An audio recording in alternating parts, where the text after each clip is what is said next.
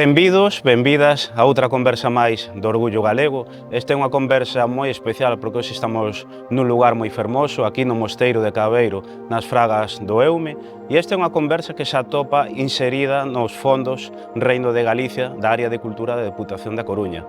Forma parte dun proxecto titulado Martiño de Dumio, a espiritualidade popular no Reino da Galiza e que comezou semanas atrás cunha serie de vídeos nas que debullamos o pensamento e as crenzas da sociedade que habitaba o Reino da Galiza no século V e como esas crenzas, esas lendas, eses pensamentos chegaron ata os nosos días.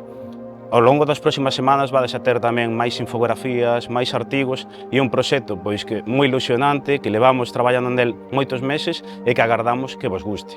Como digo, hoxe vamos a profundizar un pouquiño máis nestes vídeos que sacamos as semanas atrás e vamos a debullalo un pouquiño máis a fondo, vamos a reflexionar un pouquiño máis. E, por suposto, isto vai de ser da man da nosa antropóloga Lidia Mariño. Moi boas, Lidia. Moi boas, que Darche tal? as grazas e, bueno, esta é unha conversa que conclúe un traballo de meses e meses e que eu creo que a xente vai a gustarlle, non? A parte, a mí mólame porque agora podemos afondar, non? Aquí é onde nos metemos máis en materia para afondar. Moita xente dicíanos que, bueno, que eran vídeos moi curtos, que poderíamos tocar moito máis, pero precisamente fixémolo así, non? Para poder agora profundizar moitísimo máis. E realmente podemos meternos xa en materia, non? E comezar directamente, pero antes de debullar esas lendas, esas crenzas, vamos a contextualizar a figura de Martiño de Dumio. Quen era? Pois San Martiño de Dumio foi un bispo cristián do século VI. Foi bispo, foi teólogo e foi escritor tamén. Teño unha labor de escritura moi importante que grazas a ela estamos aquí tamén, non? Era coñecido como o apóstolo dos suevos. El naceu no que hoxe serían os territorios de Hungría e arredores, meteuse no clero, moi pronto foi a Terra Santa, andivo por ali e tal, pero nun determinado momento, a verdade que non sabemos moi ben por qué, pero trasladouse ao reino suevo, non? El chamáballe o Finisterrae. Non sabemos que o motivou aquí. Quizáis o feito de que no reino suevo da Galiza non eran católicos, eran arrianos, non? Entonces, ao mellor, pois foi eso que o motivou, porque, de feito, gran parte da súa labor foi esa conversión do arianismo ao cristianismo, non? El foi un pouco o que convenceu o rei suevo Teodomiro para facer esa conversión, porque ao facelo o propio monarca, pois seguiuno o resto, non? Entonces foi así un pouco a súa labor. Pero bueno, que conste que aparte desa conversión, o seu papel no Reino da Galiza, tanto a nivel cultural, a nivel político, tuvo un papel bastante destacado. Tamén foi pois o bispo de Dumio. Cando el chegou aquí, bueno, pois Bracara Augusta era un pouco a capital do Reino suevo, que é a actual Braga. Ele instalouse en Dumio, que está relativamente preto a Braga. Daquela non era unha diócese, pero cando ele empezou a coller as rendas de Dumio e tal, pois creouse a diócese tamén. Entonces, pois foi o bispo de Dumio. E aparte, iso tamén é importante porque daquela, no Reino Suevo da Galiza, o monacato era moi de corte todavía herdeira do priscilianismo, non? Era un monacato moi eremítico, moi ascético, moi o que hoxe se conservou en San Pedro de Rocas, por exemplo.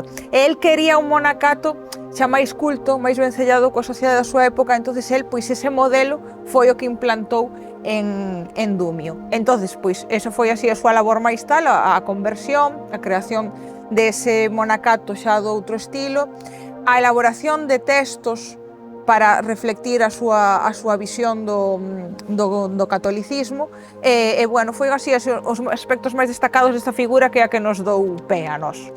Porque, ademais, no século V, o Martiño de Dumio, non, escribiu o De Correctione Rusticorum, que é un sermón, digamos, que precisamente é o que deu pé a este proxecto, un sermón moi interesante e que vamos a topar nesta conversa paralelismos con crenzas que chegaron aos nosos días, non? Entón, un pouco, que era este sermón, que buscaba nel, non? E que é o que contaba? Este sermón, para antropólogas e historiadores das mentalidades, bueno, veunos genial. El, en principio, elaborouno, era unha carta, no? O bispo de Astorga, pois queixábaselle un pouco, en plan, mira, eu non sei que facer con esta xente que é moi pagá. Entonces escribiulle unha carta e tal, e dixo, mira, pois vouche elaborar eu como se foran unhas pautas, non? En principio era unha resposta a unha carta, pero en realidade era un sermón. Estaba preparado para facer unha lectura pública dese sermón. Entonces el dáballe unhas pautas sobre esas prácticas idolátricas que pervivían no Reino da Galicia. Ao facer el esta denuncia desas prácticas idolátricas, o que fixo foi deixalas por escrito para que chegaran ata nós. Entonces, por iso nós podemos coñecer cal era a espiritualidade do pobo, non o que se cría a nivel oficial, senón que era o que estaban a facer realmente o pobo. E ademais é curioso, porque inda que, como comentamos antes, a súa labor foi a conversión do arianismo ao catolicismo, sin embargo, o que el denuncia constantemente non son as prácticas arianas, que podía ser intuitivamente poderías dicir ti, bueno, pois a xente seguía facendo o da versión anterior, no? Que, bueno, o arianismo tamén hai que dicilo que realmente é unha crenza basada en Cristo igualmente, o que pasa é que non cree que Deus e máis o seu fillo estén á mesma altura, senón que creen que Deus é o creador do mundo e o seu fillo como é un ser inferior. Entonces isto, bueno, pois para o catolicismo era unha herexía. Pero non, el realmente o que reflicte son prácticas moi anteriores, vale, xa son pois prerromanas, o sea, estamos a falar prácticas prehistóricas. Eso é o que denuncia el. Entonces, a nós danos moitísima información de en que cría o pobo e por riba o que dixestes de que é que moitas as temos hoxe en día. O sea, que perviviron no tempo. É fascinante ver como no Reino Suevo de Galiza había unhas prácticas, unhas crenzas, uns ritos que moitos chegaron ata o día de hoxe. E iso di que non foron moi bons nese papel de conversión, non? Porque, e eu de feito animo a xente a que busque este sermón en Google, que vexa ese sermón, porque vai a topar moitísimas semellanzas con crenzas que chegaron ata os nosos días ou que chegaron ata os nosos avós. É algo impresionante que eu sempre digo, bueno, estiveron aí durante séculos intentando corrixir, pero non o conseguiron de todo. Moi ben, o cal me parece genial. Pero que conste que ten unha explicación. Primeiro, que estas prácticas probablemente eran moi antigas. Entonces, canto máis antigo é o pouso, canto máis tempo leva vivindo cun pobo, máis difícil é quitalo, sabes? Se durara 5 minutos, pois ven outro, imponse, pero eran prácticas moi antigas. Eso o primeiro. Segundo, son as prácticas todas moi vencelladas coa natureza. E nós temos un nexo moi grande coa natureza. Mentas pervive ese nexo, perviven esas crenzas. De feito, estámolas perdendo moito máis agora polo abandono rural. Exactamente. E, sin embargo, durante todos esos séculos sobreviveu. Si que é certo que están cristianizadas, que non é exactamente o que era, porque, home, algunha labor farían. Non as quitaron, pero algunha labor farían cristianizando. Pero sí que é verdad que mentras dura ese nexo, perviven esas crenzas. Sí que é certo que chegaron aos nosos días non intactas ao 100%, senón que houve unha especie de sincretismo religioso que fixo que chegaran aos nosos días, digamos, un pouco mesturadas, non? Pero que tamén dan información de como podía ser antes, non? Efectivamente, a ver, a cultura non é un fósil, entonces nunca se pode encontrar algo puro. A cultura vai evolucionando, cambios sociais, cambios tecnolóxicos, cambios incluso nos ecosistemas, entonces vais adaptando. Ese cambio xa o iba a haber, sí ou sí, houbera proceso de cristianización ou non, ese cambio iba a velo. Por riba, co proceso de cristianización, efectivamente, o que distí, é máis un sincretismo. Ao mellor observas o mesmo rito, pero en vez de ser pois a unha deidade das augas, pois é a San Roque, por poñer un exemplo. Entonces, pois aí ves ese pouso, pero que tamén é o interesante, ves capa sobre capa e vas debullando a historia de Galicia a través de como os ritos se van superpoñendo unha capa sobre a outra, pero sempre recoñecible ese pouso anterior. Bueno, para min hai algo moi interesante, moi impresionante que recolle o Corritione Rusticorum, e un tema que tamén triunfou moito nestes vídeos que publicamos estas semanas atrás, non? E é o culto ás fontes, a erva de namorar, tamén os amilladoiros, non? Esas son cousas que chegaron aos nosos días, non? Entón, desenvolvémonos un pouquiño máis estes ritos, cales son o seu significado, por que se fan e como os vía Martiño de Dumio. A mí o que me parece fascinante é que se conservaran casi todos no mesmo lugar, en Santo André de Teixido. O sea, o que xa nos di, que Santo André de Teixido a nivel simbólico é un sitio superpotente a nivel de crenzas. San Martiño criticaba que se botaran pan nas fontes, ese feito considerábao un culto ao demo, e que se fixeran feitizos cos ervas tamén. El cría que eso non viña de Deus, senón que era algo demoníaco. Por qué? Pois porque estaba vencellado a divindades anteriores, seguramente vencelladas coas augas. De feito, pois en Santo André conservas hoxe en día o de ir á fonte, beber da auga dos 3 canos, pedir un desexo, despois coller unha miga de pan e botala na fonte. Se flota e que se cumpre o desexo, se afunde e que non. Vale, ese é o rito que tal como chegou aos nosos días é o que el criticaba. Pero é que curiosamente nós temos lendas nas que para desencantar a Moura hai que coller un anaco de pan e botalo na fonte tamén. Entón, probablemente, ese rito estivera vencellado a unha figura, a unha deidade das augas que chegou a todos os nosos días como a Moura, e por eso el di que é un culto ao demo, que non é culto de Deus, pois porque estaría vencellado con deidades anteriores. O da enfeitizar as ervas, bueno, a verdade é que en Galicia temos un montón de exemplos de facer feitizos coas ervas, incluídas as propias ervas de San Xoán. Pero seguindo, porque con San André, pois tamén ali a erva de namorar ou erva preñadeira, porque se usa para as dúas cousas, non? Para namorar e para a fertilidade das mulleres. Na erva de namorar, pois sería coller a flor e metela no peto da persoa amada, pero sen que ela se decate, non? Entón manteríamos o seu amor para sempre, e despois úsase como erva preñadeira, non? Para a fertilidade das mulleres, xa noutra clase de rituais. E os amilladoiros tamén en Santo André de Teixido, realmente están en todos os sitios de peregrinación, a Compostela tamén, por eso Milladoiro se chama así o lugar, porque estaba cheo de amilladoiros. Aí San Martiño o que critica, el vencella co deus Mercurio, vale? Sempre se vai a terminoloxía romana. San Martiño foi un gran coñecedor dos textos clásicos, el lía moitos textos clásicos e sempre fai a referencia en base asimilando o que sería pois a nosa mitoloxía, as nosas deidades, dalles ese nome sempre en base á mitoloxía romana. Entonces el di que os amilladoiros pois que é un culto idolátrico porque en realidad é un culto ao deus Mercurio. Por que di que é o deus Mercurio? Bueno, o deus Mercurio dos romanos, dos gregos Hermes, e os gregos aos amilladoiros chamabanlle Herma, vencellado co deus Hermes. Dicían porque Hermes era un deus dos camiños, das encrucilladas. E entonces a xente, os peregrinos xa daquela, xa na Grecia clásica e xa no Imperio Romano, facían o de coller as pedriñas e poñelas nos amilladoiros. Exactamente o que facemos nós. Nas romaxes, collemos unha pedriña e deixámola no lugar. Que isto é fascinante, no? Que sigamos facendo exactamente o mesmo. E o feito de que, por exemplo, estas tres se conserven en Santo André de Teixido, pois está nos dicindo que é un lugar que, inda que hoxe está cristianizado, é moi potente a nivel simbólico de cultos anteriores. E, de feito, vémolo claramente, por exemplo, a barca de pedra, no? que está ali, que se di que foi a que usou o santo. É moi semellante ás barcas de pedra que transportan o máis alá, porque o máis alá antigo estaba polo mar, no? Pois o feito de que haxa unha barca de pedra que hoxe en día se diga que é de Santo André, pois arremeda a esas barcas de pedra que transportaban o máis alá. O feito de que, digamos, que non vai de vivo ten que ir de morto en forma de serpo ou lagarto, esas son ideas da transmigración das almas, de reencarnación, que tiene outra vida e te podes transformar nun animal, son ideas moi antigas, non son cristiás. O feito de que os mortos vayan polo mar o máis alá, pero as almas dos cativos veñan polo mar ao máis acá, porque tamén hai ritos de fertilidade.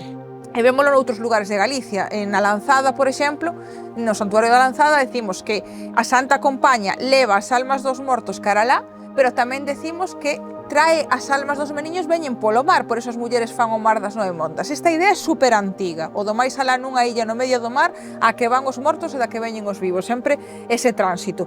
Temos eses lugares nos que conservamos e que probablemente na época do Reino de Galicia xa foran super antigas, o sea, xa eran crenzas super antigas daquela, pero que inda así perviviran ata hoxe, a mí parece fascinante. A min tocabas agora dúas cuestións que me parecen moi interesantes. Unha delas viñame á cabeza, bueno, entón, por exemplo, o lugar do Milladoiro, Compostela, ten que ver directamente con isto, non? Ese topónimo indícanos algo, non? E logo, por outra parte, incluso posiblemente o Martiño de Dumio naquela época condenara, non? Ese de que se non vas vivo vas ir de morto en forma de animal. Sin embargo, o cristianismo tamén o que fixo foi integrar crenzas previas, non? Na súa concepción, na súa doutrina. Pois iso pasa en moitísimos aspectos, a verdade. Un deles, por exemplo, a idea do purgatorio. O purgatorio houbo que inventalo, por decirlo de algún xeito, non existía na concepción original do cristianismo, houbo que inventalo para absorber a idea que tiñamos en Galicia, por exemplo, dese tránsito de almas. En Galicia creemos que as almas dos defuntos andan por aí, de feito a Santa Compaña, non? Non é morrer e vou po ceo ou po inferno, non, hai que facer un camiño, hai un tránsito de almas, hai ideas de reencarnación na nosa forma de ver o mundo, por exemplo, as abelaiñas, as serpes, os ratos, sempre pensamos que son a idea de outros espíritus que se encarnan. Entonces o cristianismo ten que inventar algo para decir, temos que integrar esas ideas na nosa propia cosmovisión. Se non somos capaces de erradicalas, temos que integralas. Entonces é cando se fai eso de decir, bueno, pois vamos a darlle un amparo a estas ideas. Fíxose neso e xa che digo, en cousas como o cristianismo. O tema do amilladoiro que comentas, efectivamente, é que de feito Compostela e Santo André de Teixido teñen un nexo moi interesante. É que para os de fora, por decirlo de algún xeito, Compostela é o destino de peregrinación, sin embargo, en Galicia é máis potente Santo André de Teixido, pero as dúas absorben as mesmas ideas, ese camiño de peregrinación que teñen que facer as almas. De feito, nós decimos que hai que ir a Santo André ou de vivo e se non vas ir de morto. Sin embargo, no resto de Europa, eu recollino cando estive en Italia, esa mismo dino do camiño de Santiago. Din que hai que facelo en vida porque se non vas ir de morto. De feito, eles din que cando estás agonizando para morrer, a túa agonía vai durar máis ou menos, depende de se tes feito o camiño ou non. Porque se xa o tes feito, a túa alma xa vai directa, e se non, a túa alma, mentras estás agonizando, ten que ir facendo xa ese camiño. Entonces, en Compostela focalizouse para os de fora o que en Galicia temos máis ben focalizado en Santo André de Teixido. Incluso no nome da Vía Láctea. A Vía Láctea, por toda Europa, ten o nome de Camiño de Santiago, e, sin embargo, en Galicia tamén lle chamamos Camiño de Santo André. Hai aí ese nexo entre os dous camiños de peregrinación, pero máis identitario para nós, quizáis sea Santo André de Teixido. Algo que podemos concluir, entón, é que xa moitísimos séculos atrás, realmente a nivel europeo, por dicir algo, non? Galicia sí que era visto como un lugar, era moi popular, non? Como un lugar asociado ao máis alá, como unha especie de lugar ao que chegar en forma de peregrinación, xa sexa de vivo ou de morto, non? Quer dicir, era algo moi coñecido noutros territorios. Sí, que algo eu creo que non lle damos a suficiente importancia. Hoxe en día chegou aos nosos días como Galiza terra meiga, non? Que esa idea popular que hai de que somos o lugar do misticismo e veñen os turistas aquí buscando ese misticismo, pero eso responde a que xa antigamente por toda Europa non éramos o fin do mundo, éramos ese Finisterrae. Pero que significaba que fomos o Finisterrae? Pois que acababa o mundo dos vivos e empezaba o mundo dos mortos. Eso era o que significaba Galicia. Por eso temos ese nexo tamén coa Santa Compaña, cos defuntos, e que nós somos o limiar, que é algo que a mí me encanta, entre o mundo dos vivos e o mundo dos mortos. E dirás ti, por qué? Por que era aquí? No, que de feito Leite de Vasconcelos, o etnógrafo portugués, recolleu que el decía a crenza de que en Compostela estaba o burato polo que as ánimas accedían o máis alá. O sea, ti fíxate hasta que punto se nos consideraba a entrada ao mundo dos mortos, literalmente. Por qué? Pois precisamente porque estamos no lugar onde se ve como o sol se pon no mar. O sol morre, o sol vai del este ao oeste, nós somos o oeste de Europa, somos, bueno, como todos os finisterraes atlánticos, ¿no? Pero no noso caso, pois somos ese lugar onde se pon o sol, onde morre o sol, e o día seguinte o sol volve a salir. Esa reencarnación da que falábamos, non? Esa volta cíclica sempre. A cosmovisión antiga é moi cíclica. Entonces nós somos, pois, ese limiar co mundo dos mortos, da morte, onde se pon o sol, que isto é fascinante e o que dis ti, non é que o queréramos nós, é que para o resto de Europa nós éramos ese lugar, e por eso está aí o Camiño de Santiago. Moi atrás, antigamente, non era polo apóstolo Santiago, xa antes diso se peregrinaba aquí por esas antigas ideas, recorrendo o Camiño do Sol e recorrendo a Vía Láctea polo ceo. Sobre o que comentabas, pareceume moi interesante porque viu-me a cabeza o Imperio Romano e concretamente cando houve esas expedicións para conquistar a Galequia, non? Concretamente Décimo Xuño Bruto, que contaban que cando viu nesa fin do mundo morrer o sol, marcharon, pensaran que fixeran algo malo e marcharon para non regresar ata séculos despois, non? Entón, é un tema que nos di moito, non? Esas crenzas que xa había naquela época. Pero tamén por, bueno, ir avanzando, non? Agora estamos a poucas semanas do Nadal, non? Desas días máis importantes o Nadal, e algo que é fascinante é que, aínda que a día de hoxe xa é unha festa completamente comercial, moitos ritos e tradicións asociados ao Nadal xa eran identificados e condenados a algún xeito, non? Por Martiño de Dumio. E que de feito aí San Martiño danos moitísima información dos ritos, porque aí non só fala dos ritos, senón que incluso fala do significado, danos moitísima información. El fala de que se facía unha celebración moi eufórica, con moita comida, moi decorado e tal, porque queríamos representar o que queríamos que nos acontecera no ano seguinte. O sea, como se o acabar o ano desa forma, cheo de comida, alegre, todo decorado, eso facía que o próximo ano fora a ser así. É o que se chama maxia simpática, non? Facer un rito no que imitas o que queres que aconteza. Eso xa o deixou dito. Igual que el queixábase de que se observara o pé. Que quere decir? Que ao comezar un ano novo, un ciclo novo, te fixes en que pé empezas, de empezar co pé dereito, ou cando se di con mala sorte, empecé co pé esquerdo. Pois ainda se fai hoxe en día que despois das campanadas moita xente dá un paso co pé dereito para decir empezo o ano co pé dereito. Pois eso el tamén o deixou dito. Tamén falou dos adornos vexetais, que son máis vencellados á natureza, a eses cultos á natureza dos que vimos falando, que se fixían coroas do laurel e que se botara na lareira un tronco ao que se lle botaba alimentos e viño. Isto é superinteresante porque chegou aos nosos días na tradición galega e da tradición do tizón do Nadal. En que consiste a tradición do tizón do Nadal? Pois fíxose ata aí nada, ainda hai xente que agora se está seguindo facendo. Na noiteboa, coller un cepo de leña especialmente grande, vale? Ten que ser xa casi un tronco. Botalo na lareira na noiteboa e deixando arder pase niño. Nalgúns lugares din ata Aninovo ou ata Reis. Incluso nalgúns lugares se di que se debe acender durante todo o ano un chisquiño, pero o habitual é que se refira a todo o ciclo do Nadal. Ese cepo sí que se conserva todo o ano para cando haxa treboadas volver a prendelo, porque se conxuran as treboadas, tanto treboadas meteorolóxicas como se hai na casa algunha treboada emocional, por decirlo, infortunios, enfermedades, estas cousas de mala sorte. A cinza tamén se gardaba, botábase nos seidos para fertilizalo, e incluso se usaba en rituais etnomédicos para a pel. Temos outras condenas eclesiásticas posteriores, o que decías ti antes, non foron moi efectivos, condenounos San Martiño, volveron a condenar despois e chegou hasta os nosos días igual. Botábase na pel esa cinza para ritos etnomédicos, o sea que ves que tiña unha relevancia moi grande o tizón do Nadal.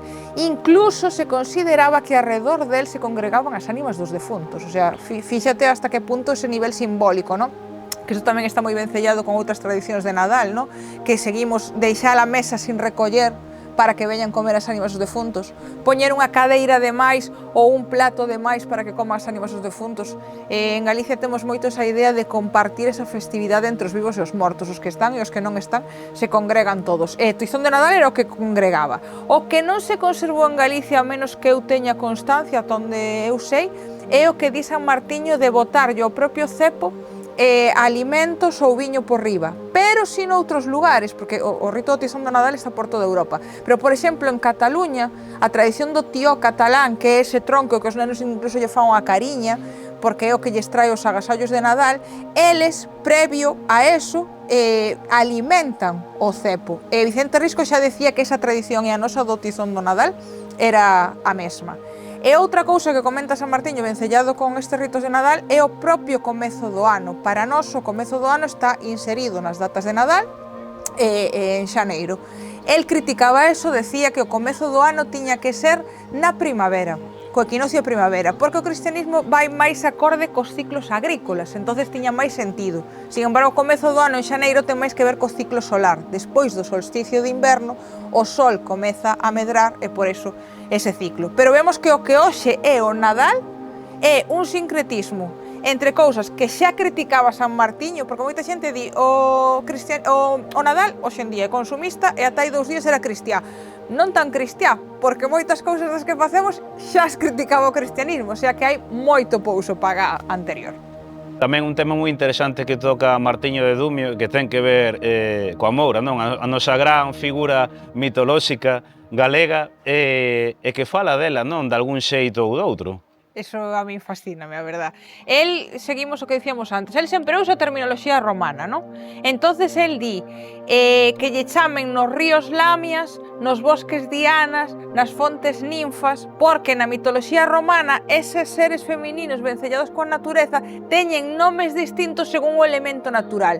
Pero na mitoloxía galega non é así. A Moura tanto habita nunha fonte, nun penedo, nunha fraga, nós chamámoslle Moura a todo. Entonces, moi posiblemente a figura que que se este referindo, que chegou aos nosos días, é a Moura. Polos lugares nos que el describe, pois ten que ser a Moura, non? De feito, pois nada, nas nosas lendas o típico é, pois, por exemplo, que este nun curso de auga, que se apareza en forma de serpe, que se apareza peiteando os seus cabelos, poñendo a proba aos pretendentes, ofrecendo casar con eles, ofrecendo un tesouro, pois é esa mesma. Porque ten distintas formas e facetas, non? Exactamente, aí está o quinta cuestión. Ten facetas, para nós é a mesma personaxe con diferentes facetas, e para na mitoloxía romana xa son diferentes deidades. De feito, San Martiño tamén menciona a Minerva, e moi probablemente detrás dela se esconda tamén a Moura, porque a Moura está asociada co fiado, especialmente na súa faceta bella. En Galicia, na faceta de bella, está moi asociada co fiado. E el critica que as mulleres nomeen a Minerva nos fiadeiros. Tamén temos condenas posteriores que volven a decir o mismo, que as galegas facíamos agoiros nos fiadeiros. Isto sabémoslo tamén por mitoloxía comparada.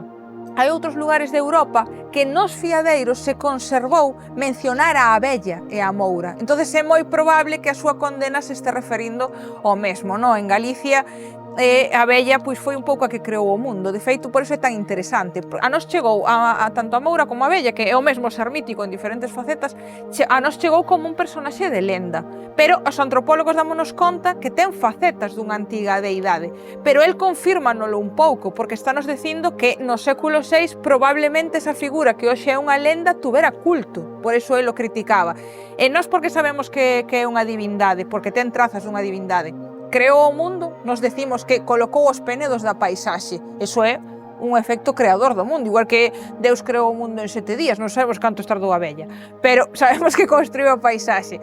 O feito de que crea o clima, o arco da abella, que fai referencia a ela, que cando ao amencer está xeado, digamos que ela está no ceo coa súa peneira peneirando, ese efecto creador do clima é propio das deidades. O feito de que digamos que as mámoas, os dolmens, son a casa da moura, que nelas habite a abella, eses lugares son entrada ao mundo dos mortos, outra faceta asociada coa deidade. Entón sabemos que a reminiscencia dunha antiga deidade, e San Martiño confírmanos que no século VI seguían recibindo culto de algún xeito. Isto é fascinante que non lo confirme desa forma. Tamén Martiño recolle cuestións que son impresionantes porque algunhas delas chegaron aos nosos días, non? Por exemplo, os días a semana en forma de feiras, os agoiros asociados aos animais, non? Que iso é algo moi popular no noso país, ou tamén, por exemplo, as vulcanais. E isto en concreto é moi interesante, non? Porque nos nosos días, na actualidade, está representado de algún xeito nesa popular festa do demo, non? Sí, vou empezar polo último que dis de feito. El mencionaba o tema das vulcanais, non? Criticaba que celebrásemos as vulcanais. Outra vez, terminoloxía romana, e no mundo romano as vulcanais celebrábanse o 23 de agosto en honra do deus Vulcano. Eso o 23 de agosto. E o 24 decían que se abrían as portas do outro mundo e que os seres do inframundo podían salir. Curiosamente, na tradición galega, o 23 de agosto, decimos que o demo se solta das súas cadeas, que estaba atado no inframundo, solta as súas cadeas, e ven ao noso mundo e comeza a facer trasnadas e a traer o clima invernal.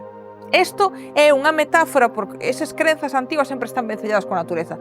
É unha metáfora de que a finais de agosto empeza a percibirse que o clima empeza a cambiar, empeza a deixar de ser verán. Entonces, pois é o demo, un ser do inframundo que durante o bo clima, a etapa clara do ano, está preso no inframundo e por eso fai bo tempo, pero aquí empeza a soltarse, traer o clima invernal e facer trasnadas, que iso tamén é interesante.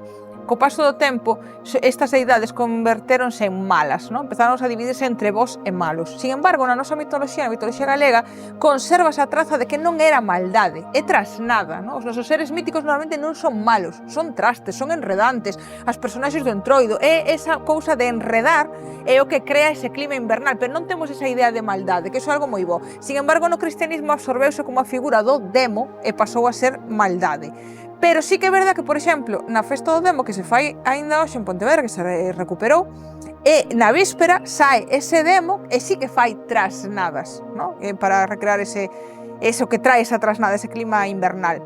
Despois, o tema dos agoiros, efectivamente, é que seguimos a facer agoiros cos animais. El fala dos agoiros a través das aves, seguímoslo facendo. Contamos os cantos do cuco para saber os anos de vida, os anos que vamos tardar en casar.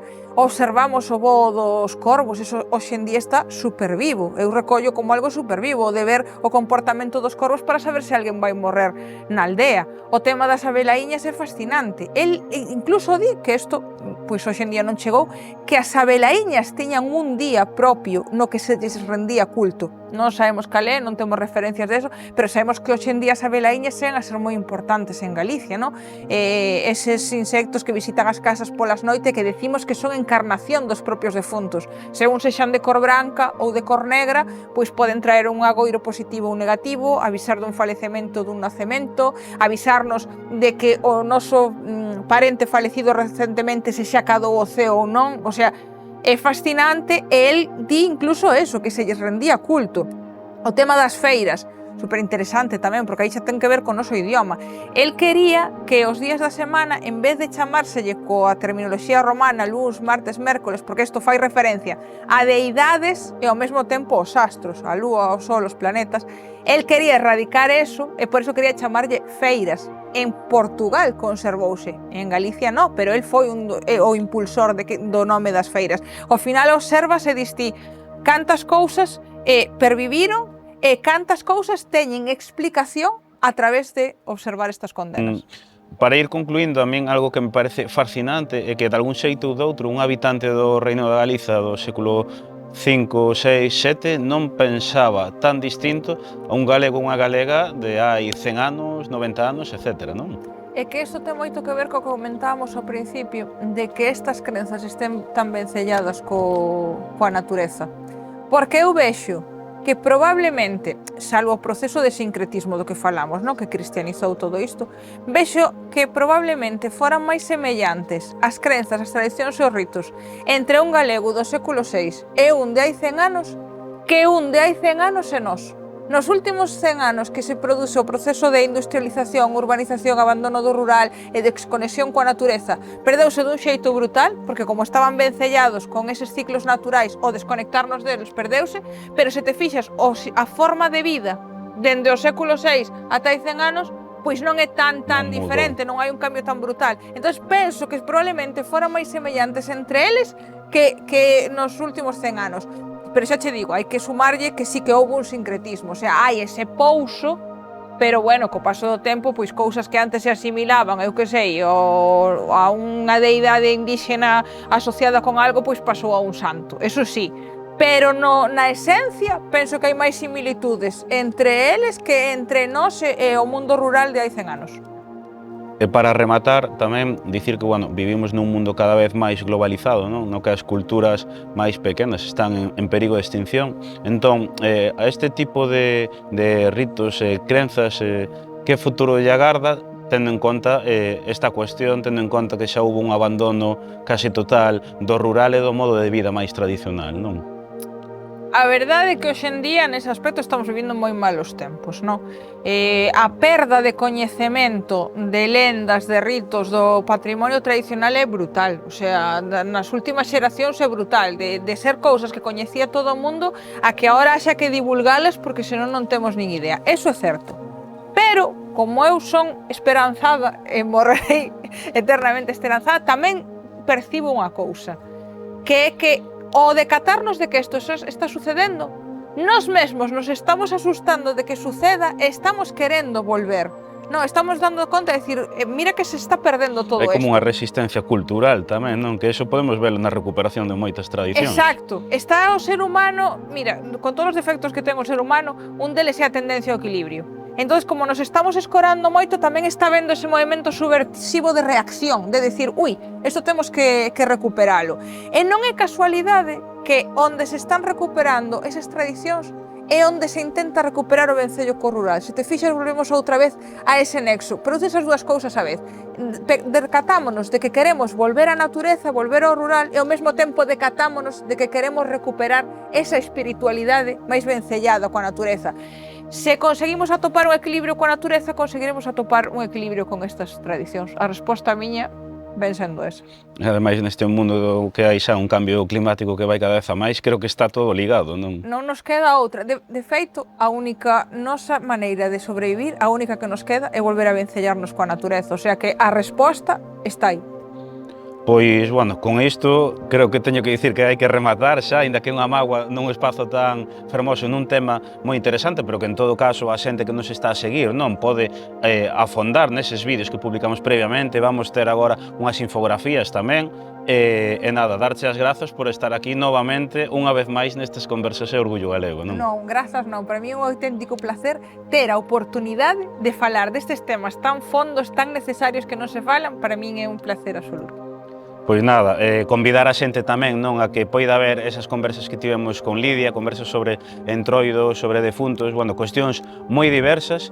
E nada máis, deixámolo aquí, darvos as grazas por estar aí, podedes deixar as vosas preguntas tamén e as vosas reflexións nas conversas, porque nos comentarios, perdón, porque eu creo que é un tema que dá para máis, tedes todos eses vídeos, todo este material que vamos a producir e que non sería posible non sen eses fondos Reino de Galicia da área de cultura da Deputación da Coruña, non? Entón, nada máis, deixámolo aquí, moitísimas grazas e chao.